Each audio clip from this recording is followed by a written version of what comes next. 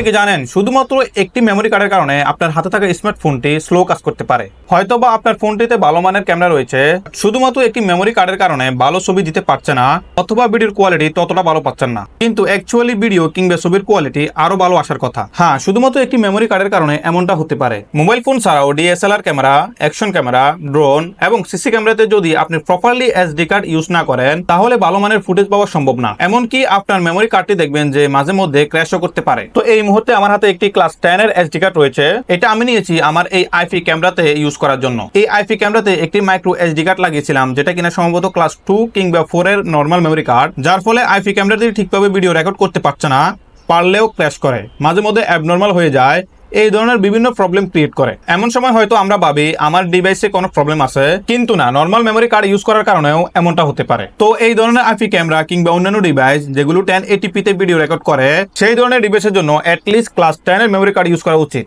Even আমার ভিডিওর জন্য আমি যে ক্যামেরাটি ইউজ করি, এই মুহূর্তে আমার সামনে যে ক্যামেরাটি রয়েছে DJI Pocket 2, এটিতে এই মুহূর্তে বি সিরিজের B30 মেমোরি কার্ড রয়েছে, যেটা কিনা রিড রাইট স্পিড এই ক্লাস 10 মেমোরি কার্ডের চাইতেও অনেক বেশি। অফকোর্স প্রাইসটাও বেশি। তারপরেও দেখলাম যে অনেক সময় 4K 60fps এর ভিডিওগুলোতে মাঝে মধ্যে প্রবলেম ক্রিয়েট করে। তো এখন বলতে পারেন মেমোরি কার্ডের ক্লাস আবার কি? হ্যাঁ, এরকম অনেক বিষয় রয়েছে। আজকের এই ভিডিওতে আমরা এমন কিছু বিষয় জানার চেষ্টা করব যেগুলো কিনা জানলে পরে আমরা বুঝতে পারবো যে আমার ফোনের জন্য কিংবা ক্যামেরার জন্য কোন ক্লাসের মেমোরি কার্ড পারফেক্ট হবে। এসডি কার্ডের মানে কি?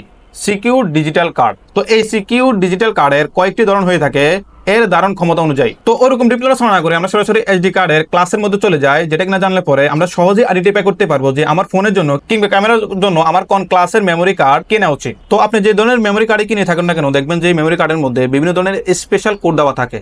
তো এই কোডগুলোর মানে কি? তো এখানে আমরা দেখতে পাচ্ছি ক্লাস 2 থেকে একটা মেমোরি কার্ডের স্পিড শুরু হয়। তো যেটা ক্লাস 2 এর মেমোরি কার্ড, সেটা আপনার প্রতি সেকেন্ডে 2 MB করে রিড রাইট স্পিড করতে পারে। তো এইভাবে 2 পরে এখানে 4 রয়েছে, 4টা 4 Mbps, 6টা 6 Mbps এবং 10টা 10 Mbps, যেটা কিনা স্ট্যান্ডার্ড ভিডিও রেকর্ডিং করার জন্য পারফেক্টলি আছে, যেটা কিনা ক্লাস 10 এর মেমোরি কার্ড। এরপর আমরা দেখতে পাচ্ছি ক্লাস 10 এর পরে যেটা ক্লাস 10, সেটা আবার ইউ সিরিজ থেকে শুরু, যেটা U1।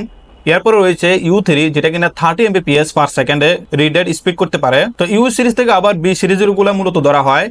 এর নিচে যে আপনি বি সিরিজের B6 বা B10 দেখছেন, ওগুলো মূলত ক্লাস 6 এবং ক্লাস 10 এরই। তো এখান থেকে বি সিরিজটা ধরা হবে না, বি সিরিজটা ধরা হবে U3 অর্থাৎ B30 থেকে। তো B30 যেটা, এটা হচ্ছে আপনার ক্লাস 10 থেকেও আরেকটু রাইট রিড স্পিড বেশি, যেমন ক্লাস 10 এর মেমোরি হচ্ছে 10 Mbps, আর U3 বা B30 যেটা, সেটা হচ্ছে 30 Mbps পার সেকেন্ডে রিড রাইট স্পিড করতে পারে, যেটা দিয়ে আপনি কিনা 2K 60fps এর ভিডিওগুলো স্মুথলি আপনি করতে পারবেন। এবং এটার প্রাইসটাও ক্লাস 10 এর থেকে দেখা যাচ্ছে অনেক দাম হয় বা অনেক বেশি হয়ে থাকে। এখানে বিষয় এমন না যে আমি 64GB কিনলে যেরকম স্পিড পাবো 128GB কিনলে আমি আরো বেশি পাবো না। এখানে শুধু আপনি 64GB আর 128GBর মধ্যে শুধু স্টোরেজের পার্থক্যটা থাকবে। অর্থাৎ 64GB কিনলে আপনি যে স্টোরেজ পাবেন আর 128GB কিনলে আর একটু বেশি স্টোরেজ পাবেন। এখানে কোনো আপনার স্পিডের ক্ষেত্রে কোনো কাজে আসবে না। তো আপনি যেই যত জিবি মেমোরি কার্ডে নেন না কেন, আপনার প্রয়োজন অনুযায়ী 64GB নেন কিংবা 128GB নেন, এটা আপনার একান্ত বিষয় যে আমার কতটুকু স্টোরেজ প্রয়োজন।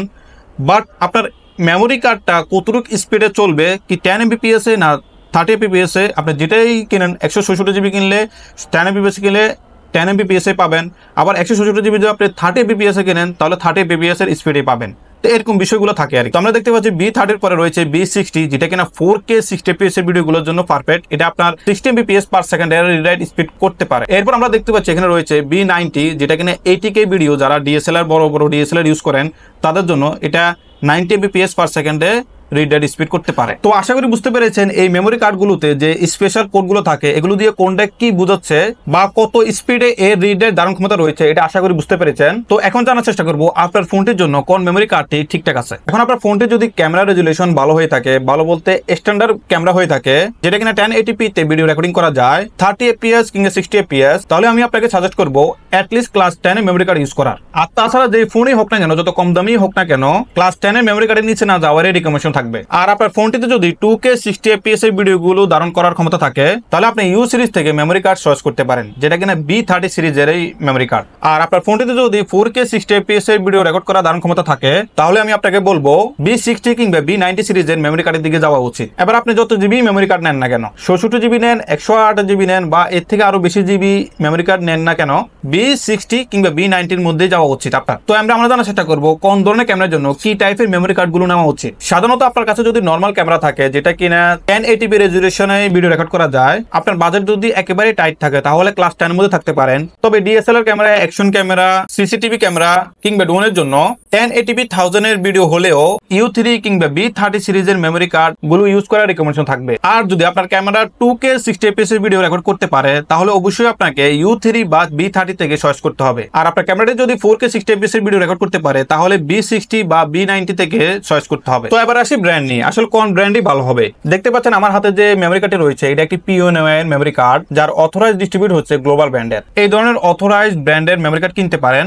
আবার এই মুহূর্তে আমার যে DJI Pocket 2 তে রয়েছে এটা আবার SanDisk একটি মেমোরি কার্ড, এটার ব্যাকআপটা অনেক ভালো পাচ্ছে। আপনারা SanDisk কিংবা PONER কিংবা ADATA এই টাইপের যে প্রথম সারির ব্র্যান্ডগুলো আছে এগুলো যে কোনো একটা চয়েস করতে পারেন অথরাইজ ডিস্ট্রিবিউটরদের থেকে। তো এই ছিল আজকের ভিডিও। আশা করি কিছুটা হলেও আমরা আজকের ভিডিওতে মেমোরি কার্ড সম্পর্কে কিছুটা জানতে পেরেছি।